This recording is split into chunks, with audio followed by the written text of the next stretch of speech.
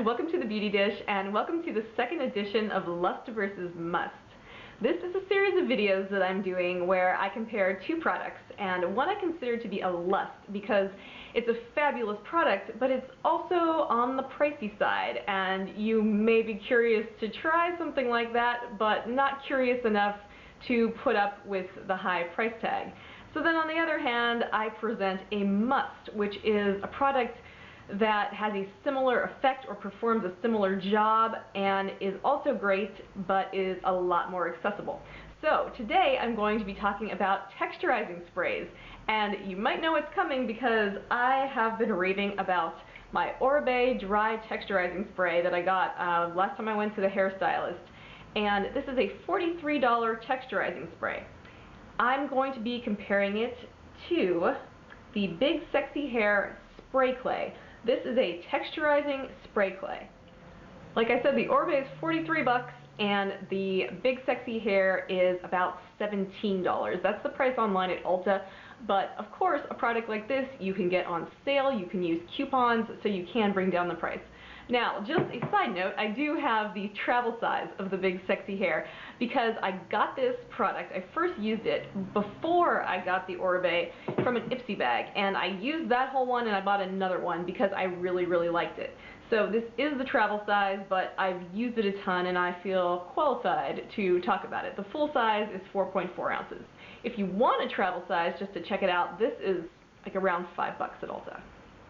First I'm going to talk about the Lust version, and I am then going to show you both of them in my hair.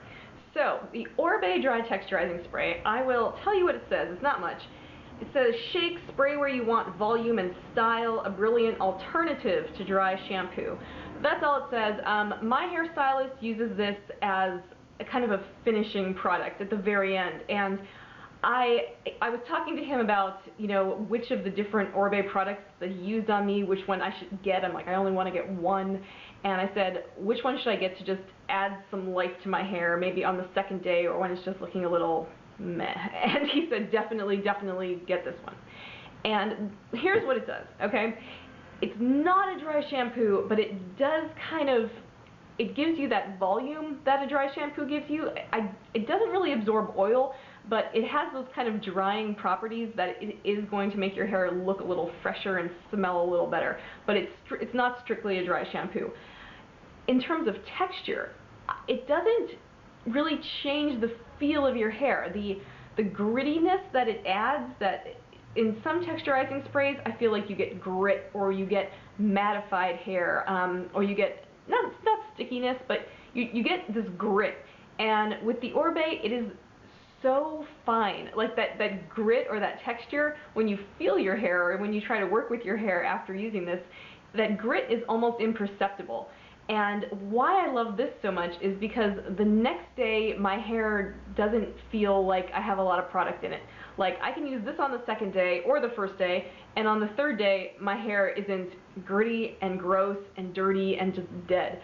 So that's so important to me, and that's why I would actually repurchase this product. I really like it. Another thing I really like about the Oribe is that I feel it gives my hair a ton of structure and control, yet absolutely zero stickiness. Even right after spraying it, there's no stickiness. You can immediately sort of move the hair, arrange it into position, and then, you know, either leave it or proceed to do an updo, style it, do whatever you want, and it's never gonna feel sticky. Alright, on to the must, the Big Sexy Hair Spray Clay. So on the back, in really tiny print, it says, spray into hair for pliable hold and texture to finish desired style. Okay, so this is more what I expect in a texturizing spray. It's a very good one. I spray it, I use it more on my ends because it does feel like you're adding a bit of product to your hair. Now, it's not super gritty or grimy or sticky, but you definitely get more heft, a little more weight. I think if you overdo it, you would have a problem with this. I've used what I consider to be a lot of the Oribe, and I have not ever felt like I came close to overdoing it. This one I did overdo it once. So you have to watch that, but when you use it right, it performs great. It just kind of, again, it adds structure, I would say, kind of structure to flyaway hair or texture to limp hair. This one would be especially good for updos, I think, whereas the Oribe, you could kind of save your hair on the second day by giving it some life and some oomph and wear it down. This one would give you kind of the grit that you want without too much stickiness, so that you could do updos or you could do some teasing or, you know, more styling. Now you're probably wondering, since I like the Must version so much and I had this first, why I dropped 43 bucks on the Lust version. And it's kind of funny because I didn't realize that they were the same product. Well, not the same product, but that they were so similar. I really didn't, because this is something that I've heard about and read about in magazines for years. This is a cult product, and just in fact, in the most recent issue of Elle with Emma Watson on the cover, they interview, you know, like top, you know, hair and makeup and skin gurus, and one of the hair people said this was their must-have, ultimate, all-star product. And you see that all the time. People just have been raving about this since it, you know, debuted a few years ago when Oribe started his line. And I was so curious to try it. And I just kind of wanted to know if it could really work the magic that people say it does. And for the record, I do kind of think this is magic, because I don't know how it adds so much structure and prettiness and life to your hair without any heaviness or residue or anything like that. So I do think there's a little magic in this can, just a little bit. Okay, so back to the sexy hair. Yeah, I like it, and but the thing is, it's not something that I was putting in my hair on the first day. I might use it on the second or the third day, because I do feel like it adds a little more product to your hair. Now, if you're someone who washes your hair every other day, every day, or if you just like using more product, which I know a lot of people do, for me, I'm like, no, don't spray anything in my hair, don't do anything to my hair. I use the bare minimum, because it is so fine, and I like to wash it every 3 to 4 days.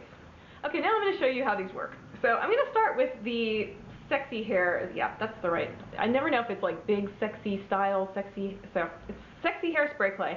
And my hair right now, this is the second day. I air dried it yesterday, so that means it's even kind of limper and less structured than normal when I do that.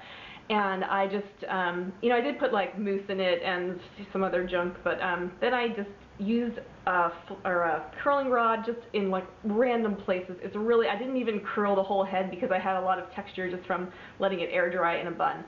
So I'm going to shake this really well, and my mirror's over here, so that's what I'm looking at. And I'm going to concentrate it like here. And this is what I try to do, just sort of like cut my hair, and I stay as far back as I can. Okay, and I can kind of feel where it is,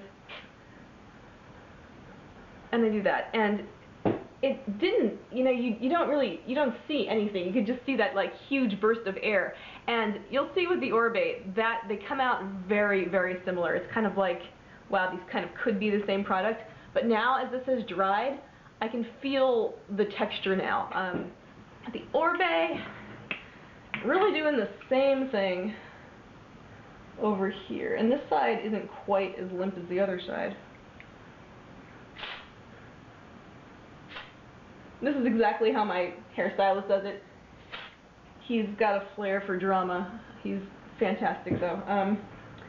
Okay, and just now that I'm using them together, I can see a little more shine on this side, which kind of, you know, it's like when you directly compare, you can really see the difference. So I would say the spray clay does give you a little more matte, a little more grit to work with, like I said, if you want to do an updo, but it's still not mattified. You know, I still think there's like shine and softness.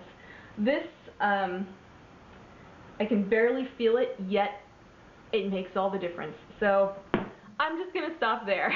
So if you like the idea of a texturizing spray and you want to give it a try, but you are not really ready to spend $43 on a can of unicorn tears, which has got to be what's in there, then I highly recommend the Sexy Hair Spray Clay. You can play around with the texturizing spray, see if it's for you. I think you'll really like it. I don't mean to give a ton, you know, so much favor to this one over this one because I think they're both really good, but it's just, like I said, it's magic. So I hope that was helpful and that you enjoyed it. Let me know if you've used either of these products or if you intend to, and if you have any questions, I will happily answer them in the comments. So thank you so much for watching and have a wonderful day.